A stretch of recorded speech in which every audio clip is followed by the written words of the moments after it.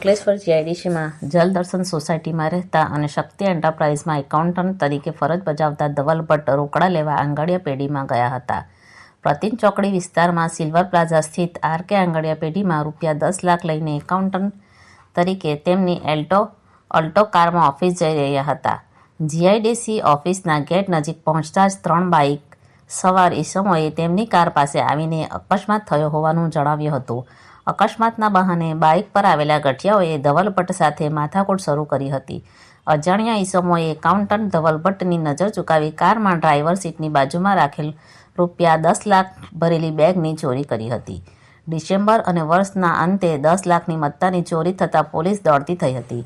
Bharuch crime branch PSI RK ટોરાણીની ટીમને બાતમી મળી હતી કે ચોરીમાં પાટણ સિદ્ધપુર ખાતે રહેતો કલ્પેશ ઉર્ફે કપિલ મોહનભાઈ બોચિયા અને ગિરીશ મગનભાઈ પરમાર સંડોવાયેલા છે. બંનેને સિંધી કેમ્પ પાસેથી ચોરીમાં વપરાયેલી 2 બાઇક સાથે ઉઠાવી લઈ અંકલેશ્વર એલસીબી ખાતે લવાયા હતા. પકડાયેલ આરોપી કલ્પેશ બોચિયાએ વોન્ટેડ રોજનીશ કુમારને સાથે મળી ચોરી કરવાનો પ્લાન બનાવ્યો હતો. ચોરીની તૈયારીના ભાગરૂપે પહેલા જે વિસ્તારમાં ચોરી કરવા જવાના હતા તે વિસ્તારના આરટીઓ પાસિંગની ડુપ્લિકેટ નંબર પ્લેટ બનાવડાવી દીધી હતી.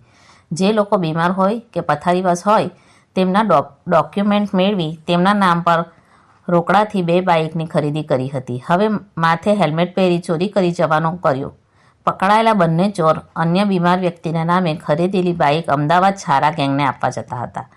છારાનગરમાં રહેતા ગેંગના સાગરીતો બંને બાઇક પર ચોરીને અંજામ આપ્યા બાદ ચોરીનું કામ થઈ ગયા પછી સિદ્ધપુરથી પકડાયેલા બંને ચોર અમદાવાદ પરત બાઇક લેવા જતા હતા.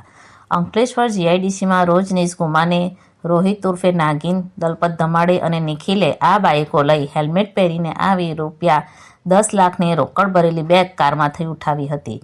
જેમાં ગૌરવ ઉર્ફે વેરનિક ધર્મેન્દ્ર ગુમાને મદદ કરી હતી. સૌરભ મનહરભાઈ દવડેએ આ ચોરી બાદ બાઇક તેમના ઘરે સંતાડેલી હતી. જ્યારે દાંતીવાડા ખાતે Ambika દુકાનવાળા Chandankumar ગડિયાએ duplicate number plate બનાવી આપી હતી. એલસીબીએ 2 બાઇક 3 મોબાઈલ સાથે બંનેની ધરપકડ કરી હતી. જ્યારે ટોળકીના અન્ય 6 સાગીરતોને વોન્ટેડ જાહેર કરી શોધખોળ શરૂ કરી છે.